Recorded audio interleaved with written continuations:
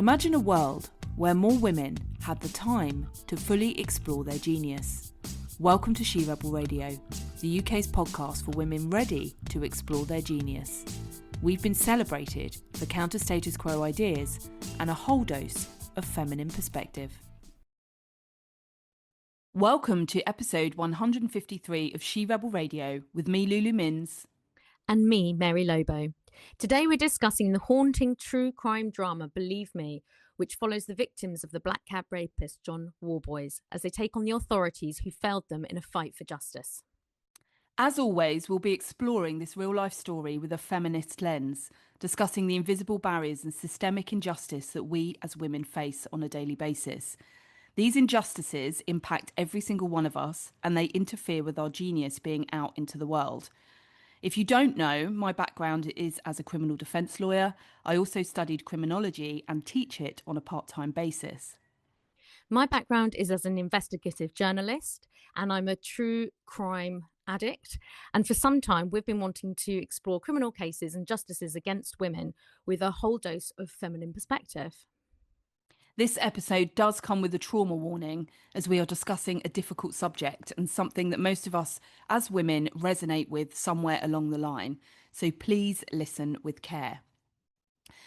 So, Believe Me is set in London between 2006 and 2008. However, the offences of John Worboys go back from 2000 to 2008, as is often the case with sex offenders. And when they are apprehended, there is usually a long history behind that offending behaviour. But Mary and I started watching it together. We both felt quite uncomfortable because we were living in London around that time. When were you living in London, Mary? What were you doing?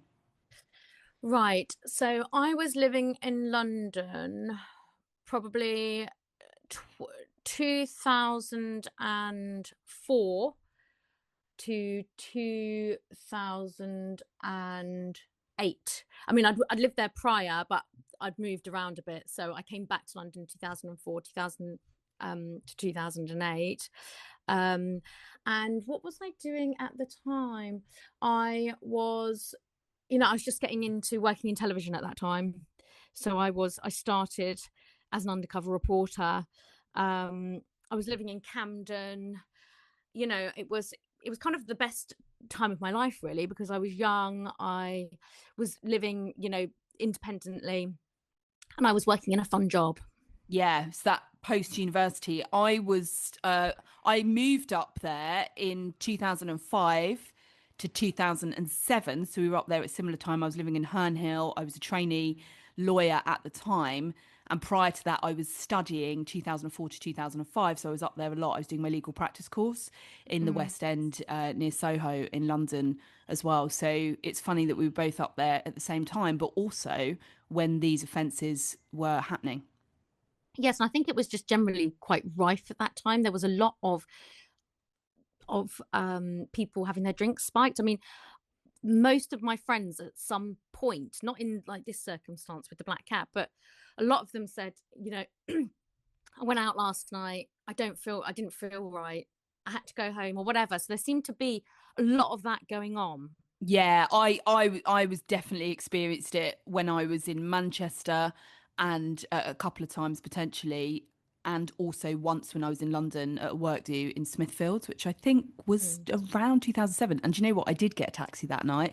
I don't think it was a black cab, but most of the time, because I had loads of student debt and I was a trainee solicitor to work in legal aid, so I never thought I was going to earn a huge amount. I couldn't afford to get taxis in London on my own very often. And I'm grateful for it after, diving into this case and the offences that took place against women of a similar age to us at that time.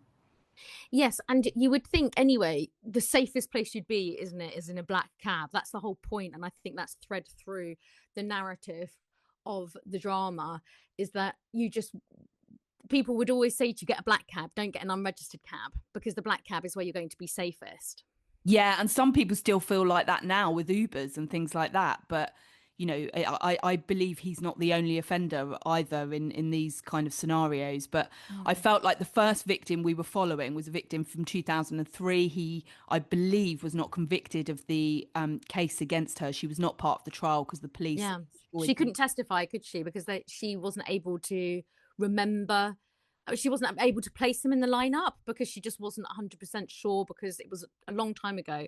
But also, she was, a lot of them just saw him from behind, didn't they? They didn't get a close up of his face or anything because they were out of it by the time they'd drunk the drink or whatever.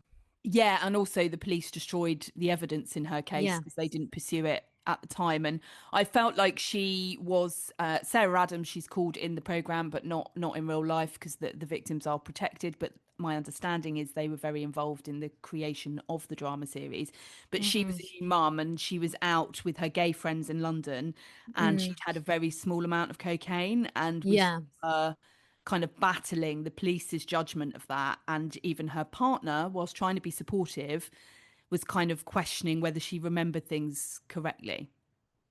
Yes, and they also didn't tell her, did they, that there were other things that were found in her bloodstream, like citalopram, which is an antidepressant, and it's only much later that she finds out that there was a whole host of sort of drugs in her system at the time, cocaine being one of them, but they just never mentioned the other things. And she said, "I've never taken an antidepressant."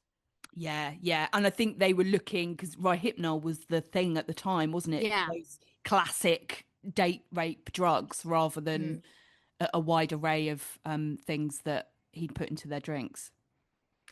Yeah, and just watching it from the beginning, I've got to say that I had to stop it. We watched it together, didn't we? But we didn't get through the first episode because I couldn't carry on with it because I felt really uneasy watching it. And we then watched it in its entirety separately, didn't we? Yeah, Um, yeah. I think but yeah, it felt so real and of London at that time, and also, us as women having certain experiences or feeling like we've got to protect ourselves in some way, shape, or form. And it's, yeah, it's very close to home. yes, and it's also because going out and getting drunk, it's almost seen as, well, you're not a reliable witness, are you? Because you were incapacitated, and as we said before about the black cab is somewhere you'd be expected to be a safe space, but they kept on going back to, well, you had drunk a lot of alcohol, or you're not believed essentially because you're not of your full capacity. Yeah, and it goes back to that judgment of women's behaviour. And the second victim, Layla Mahmood, again, not her real name, she was a victim in 2008 for which he was convicted at Mm, trial. But they showed a clip of her being questioned by the police, how mm, invasive that whole process is, and the amount of times victims have to go back through what's happened and be questioned and potentially mm. not believed. And one of the officers said, "Are you the type of woman who wears red nail varnish?" And that really stuck out to me. Yes. And again, they kept on sort of hammering home how much she'd drunk, and she'd had, with her friends, she'd had like a couple of glasses of red wine, and she'd been sick, hadn't she? Because at the time she was on her period. Yeah. And she'd been sick because she felt nauseous. And then they were making the point that she then carried on drinking, and she was like, "Yes, but I wasn't drunk, and I wasn't sick because of alcohol. I was sick because I was on my period and I felt unwell. And yes, I carried on having a couple of drinks with my friends, but I wasn't drunk." And the police kept on insisting that, with that, having continued to carry on drinking, suggested that there was nothing wrong with her. She was out having a good time, and she wouldn't be aware of what she was doing anyway. Yeah, and she was potentially unreliable, and that ran through Mm, right from her very first questioning with mm, PCs before the specially trained officers, which was questionable mm, how they mm, handled that right through the trial. And what really struck me is how women are asked to change their behavior, or we're seen as not credible for certain mm, reasons. And with the red nail varnish, the type of woman, it's a color that's attractive to men. That mm, when I was in legal practice, I would never wear red nail varnish because I was going into prisons, I was in courtroom, and mm, I would say I'm a feminine woman in terms of the way that I dress and things that I like. That I was aware that that was an attraction potentially, and I didn't do it. mm, I find that really kind of bizarre now how ingrained that mm. behavior is. Well, it's down to the whole thing of like what you wear and you being responsible. If you're in a short skirt, well, then that's your responsibility. You sort of invited the attention. And it's exactly the same thing, isn't it? That we're constantly being judged on how we present ourselves and in some way responsible for other people's behavior if we present ourselves in a way that incites a reaction out of them, which is just insane. Yeah, and it's not just other people's behavior, it's men's behavior, Well, yes. with a male, The male gaze. yeah, yeah, 100%. And that comes from, if I've been revisiting my roots in criminology and also victimology, victimology, was kind of created in or first coined the term in the late 1940s by a guy called Wolfgang in Philadelphia, where he did a study where murder victims have precipitated their own murder. So they've been involved in something criminal before, their murder took place. And then one of his students called Amir in 1968 did a similar study for women who'd been raped and sexually assaulted. And he concluded that 1 in 5 women had precipitated their own rape due to the clothes that they were wearing, the risky language, the amount of alcohol they consumed, and that was put out as a study, which is highly criticized now. But it's horrifying that we still see that narrative, which is a male narrative of women displaying behavior that they can't understand or they see as an invitation or they don't care or whatever it is, running through the criminal justice system still. Yes, and on a personal level, we're in the summer right now. Well, we've been having a heat wave, and I've got a young daughter who's 11, and she wants to go out in, very, very short shorts and like little vest tops, which is completely normal. We're in, it's been absolutely boiling, but I'm in my head thinking the whole time, I'm not sure you can wear that out. And that's just ridiculous, isn't it? She's 11 years old, but that conditioning starts from that age because I've had that experience being judged for what I wear. So you just naturally are trying to protect your child. But at the same time, it's awful that we're in that position where you have to do that. Yeah, yeah. And I'm trying to think of what, in club toilets and things back in the day. I mean, I think they're still there going out. It's about, the posters they have in the toilets about being raped. Again, it's the women's behavior, isn't it? It's not, I don't think there are posters in men's toilets saying, Yeah, do don't not rape women. rape. Just because a girl is wearing a short skirt doesn't mean that she wants you to touch her. No, you don't see those posters. No, exactly, exactly. The focus is always on women and what we should and shouldn't be doing. And I think that this drama series really documented that really well. Yeah, I did as well. And it's almost like men can't control themselves, so for us to control ourselves, and that means you can go out and have a drink, but you can't drink too much. You have to look pretty, but you can't, be Too you can't be pretty. too pretty. Yeah, and it's just ridiculous. It's just this, and the whole time we're trying to judge it. And then Yeah. obviously with the police who are they're first and foremost are there to protect the public, and all these women said they just did not feel that they were protected at all by the police. Yeah. And that led to, more and more victims there because he was convicted of a load more. I'm not sure how many, but we'll talk about that in a minute. But with the second victim, Layla Mahmood, what really came across as well was she was cross-examined by a male barrister during the trial is that why she accepted that drink from him in the Mm, taxi. because she was an educated woman.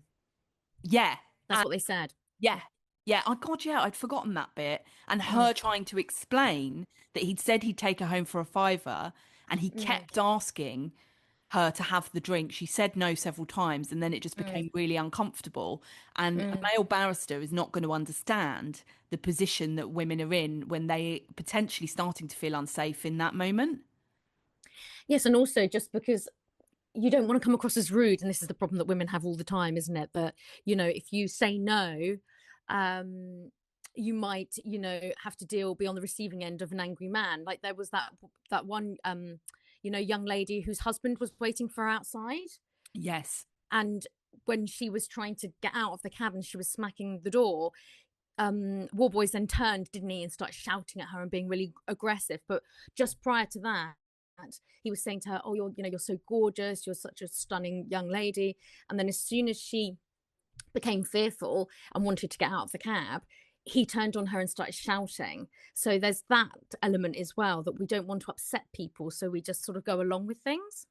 Yeah, Well, yeah. not people, sorry, we don't want to upset men. I keep saying people, but we're talking about men here. Yeah, yeah, no, we are. And that conditioning of women that to be polite, to kind of keep the peace, etc., and then, feeling unsafe and not knowing which way to turn, Mm, saying yes or no, you've potentially got a situation on your hands and you're fully aware of that. And I find yeah. it so interesting from a court perspective that is male led and male dominated still, that women can be discredited for accepting the drink in a basis because it's not an understood thing. And also for us as women, also understanding, and I'm not saying the victim didn't understand this, 'cause I think we know this intuitively as women, when men are not accepting us saying no, they're crossing a boundary. Yes, and in reality, a man doesn't have to deal with that situation. A man has probably never been put in a situation where a woman is pressing him again and again and again to have a drink. So they almost can't imagine it because they've never been put in that position. Yeah, and they'd be like, well, why would you say yes if you didn't If want you it? didn't want it, yeah. It doesn't But make. that's also because when they say no, that's just accepted. Yeah, yeah, because it's not something, we as women do. And also with Amir in his study in 1968 of victimology, which I know, to all the women listening, it's really angry making and personal experiences we have had, etc. He also said that they don't, I can't remember the words, but where women have not forcibly protested that they Mm, don't want that kind of contact. And again, we as women know that freeze based, it's not just fight or flight, there's also mm, freezing and fawning, because we mm, know that men are stronger than us physically and that we're mm. already in a dangerous situation. So our response, and I was, thinking the amount of women that have been cross-examined on that basis is pretty horrendous. And the thing is, you can't win because, like you said, there's the freeze response, there's the fawn response. But if you actually say, you sort of stand up for yourself or you push back, then you're called a whole other set of names. Like you're aggressive, you're psychotic, you're crazy. There's all these other things that get thrown at you. Yeah, and you know me, I'm very boundaried, and I think that there's part of my mum's very like that, and also, working criminal justice. I was only 21 when I started. I was dealing with very difficult offenders, so I had to be very boundaried, and I say no without Mm, batting an eyelid. And but mm, I was called all sorts of names for that. Oh, she's mm, cold, she's this, she's mm, that, mm, because I had to draw a line under things mm. constantly with other lawyers as well as police officers and offenders in very masculine dominated environment. But that did teach me to be extremely boundary. But yeah, I had to take the names that came with it. Mm. So it's either one thing or the other, isn't it? That if you don't stand up for yourself, if you just try and appease the situation, then you're asking for it, or you were inviting it, or you were leading them on. If you then say no and stand up for yourself, then you're psychotic, you're crazy. So it's almost like you're walking this tightrope and you don't know, like you said, you don't know which way to turn. Yeah, yeah. And that conditioning of women to be polite and not say no. And then also, I don't think him as an offender, he was a very intelligent man, but he had that conditioning that he knew he could get women into those situations where there was a high chance they'd be disbelieved because he said they consented to Mm, XYZ. I mean, these were young women. He was like mm, 45, 50 when he was committing those mm, offences as well. These were young women like us who just finished university, the fun years with their whole lives ahead of them. And, that's one of the reasons I wanted to start covering more of this kind of stuff, because it is these experiences that hold us back as women. And again, I think that really showed, them struggling in relationships and various things of how your life unfolds when you experience something like this. Yes, and what stood out to me as well was the part of his defense. Warboy's defense was, oh, I was I had the money there to say that, because he was saying that he'd won at the casino or won the lottery, and he said, oh, it was just a way to start chat and have banter with them because I just wanted to make them feel comfortable. So that was his line of defense. I mean, that was just I just incredulous that that's the way he was going. That I'm bantering with them, I'm having fun, I'm just trying to, like, create a convivial mood in the taxi. and and that you could even get away with suggesting like, oh, he's such a nice guy because he just wanted to make them comfortable. Yeah, yeah, yeah. And then XYZ happened because they consented, Mm, and it's like, no, they're trying to get home and they're trying to stay safe and comfortable. And mm, you're putting them in a real, really awful situation. He was a predator, without a mm, doubt. mm, He did get convicted in 2008 of a number of offences. He got 8 years, an indeterminate sentence for public protection, which means he should have only been released if he could prove that he was no longer a danger to women. Those victims were told that he would not be released. And then in 2018, the parole mm, board decided that he was able to be released because he finally admitted the offences and how sorry he was. And I mean, mm. how did you feel about that? Well, I think it's despicable, really, because the fact is that at the beginning, he did, he just remained. He just said that he hadn't done anything. He refused to admit to anything, and then later on, it's so easy, isn't it, for him to be like, "Oh, okay, I'm just going to change my plea because I can then get out." And I can like pretend that I've, had sort of seen the light, seen Found the error God. of my ways. Yeah, found God and Yeah. learned from the other prisoners of like, oh, this is what you want to do and this, that, and the other. And, parole boards are difficult to get through and they're Mm, very closed. And I know, and I used to do defense as well. They can make decisions either to keep your client in custody or to release them in a way mm, that no one really understands the basis of their decisions because it's for public protection. So it's not always transparent. But this case did change the law on that in 2019. And again, I think these two victims had already taken a case against the police with Harriet Wistridge from the Centre of Women's Justice. She's represented a lot of women, who have killed their husbands after years of coercive control and abuse. And they push back on that. And the law has now been changed where victims or the Justice Secretary can now push the parole board for reconsideration and further transparency, which is a really, really critical change in the law. mm. Yes, and I believe in 2019 he was convicted for another 6 offences. Yes. And Mm, he's now received life, proper life yeah, but sentence. they believe there's like nearly 100. They think there could be 100 cases. Yeah, which is standard with these types of offences and offenders. Mm, And again, the police investigating these cases with that in mind instead of, which is the way that they need to be investigating domestic violence as well. Instead of it being a one-off assault in a taxi to one woman, that's never going to be the mm, case because, mm, these men also test boundaries. There would have mm. been women that he'd just given a drink to, over the years to see how much to put in it. Yeah. It's Oh, yeah. He would have predatory worked that all behavior. out. It's what, sorry? He would have worked it all out. He would have found the perfect concoction. Like you're right. He would have started with testing a certain amount to see the reaction, and then he would have got it down to fine art. Yeah, exactly. Exactly. And yeah, it's so horrifying.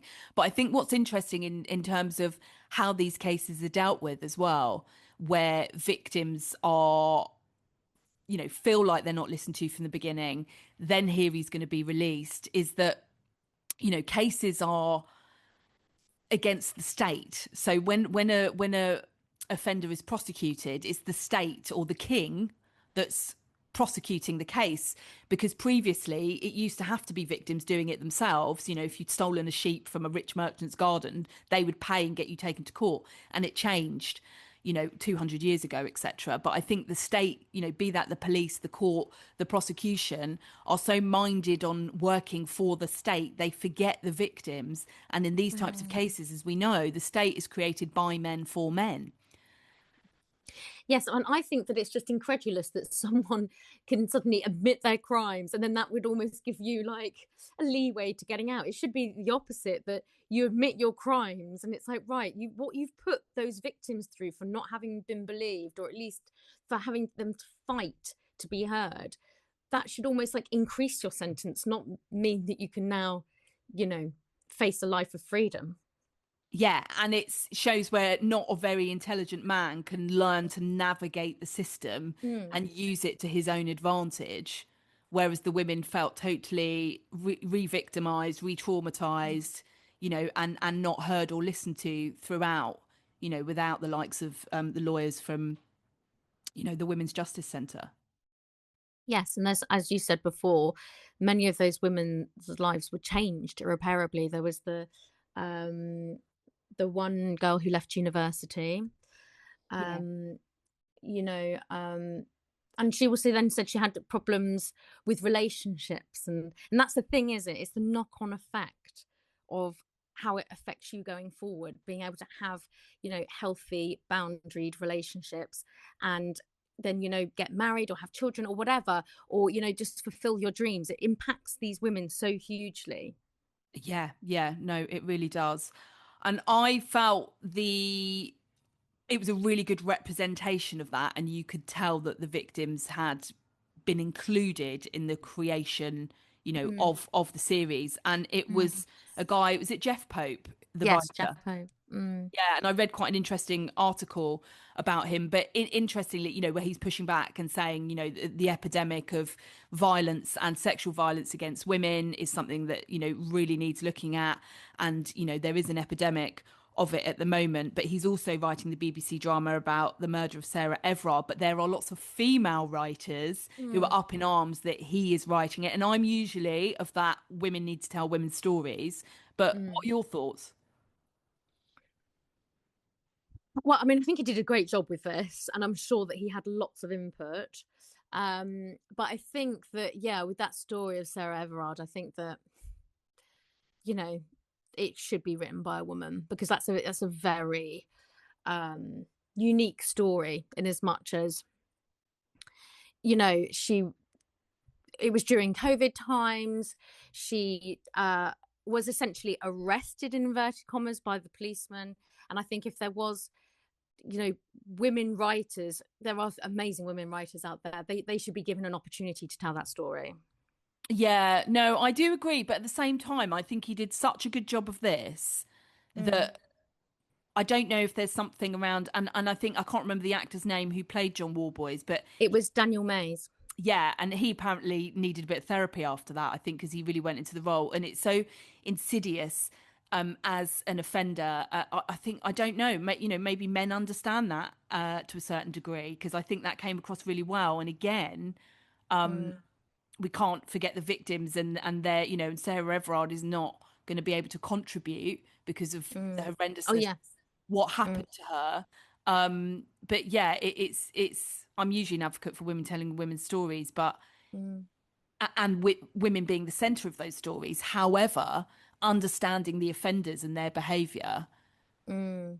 is also quite critical. And I think men and women can do that, but I think he just did a really good job of both sides of that, really, and how a man was manipulating the system, which is again what Wayne Couzens manipulated Yes. the system to offend whilst he was, in inverted commas, a police officer. Yes. And also, I was reading an article about Daniel Mays, the actor who played John Worboys, and he was saying how, like you said, he was traumatized. He was quite traumatized by it. He found it quite difficult to play it. It's very jarring for him.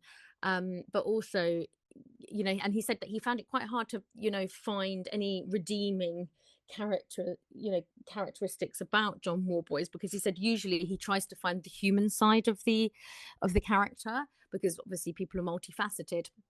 Hmm. But he said that it just go to show how John Worboys, how he was so determined in his desire to rape women, by the fact that he went and he did the knowledge to become the taxi driver. He said, because Daniel Mays said that he believed that John Worboys took that job because he knew that he'd be seen as in a position of safety, and he'd be getting young drunk girls into the back of his cab. So he would have taken, the knowledge and gone to all to that extent to actually be able to be in that position. Yeah, which again is predatory behavior, isn't it? And the same with Wayne Couzens. And there's always a history, and I've read a little bit, and I'm not going to share what that is in terms of John Worboys, but his history. There was a history prior to this happening, so I totally agree with him on that. And again, parole boards, police officers, etc., need to be looking at offenders of this nature in that way. Yes, 100%. Yeah.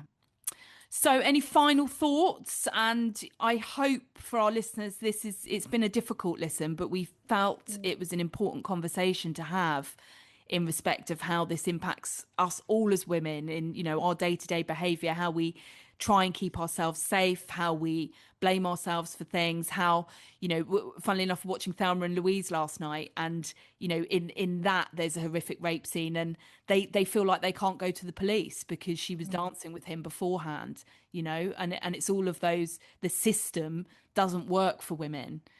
It still doesn't, and we have to change and adapt, and lots has to change for it to be a functioning system for us.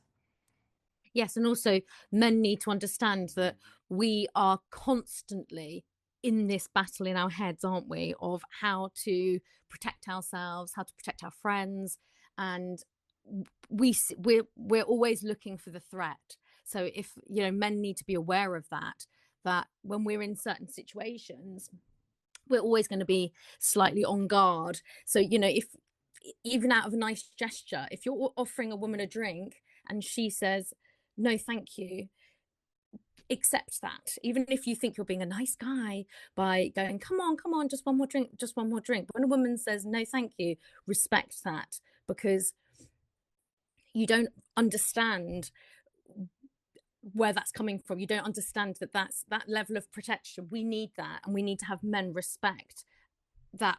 Do you understand what I'm saying? I'm Yeah, and if you hashing that bit up.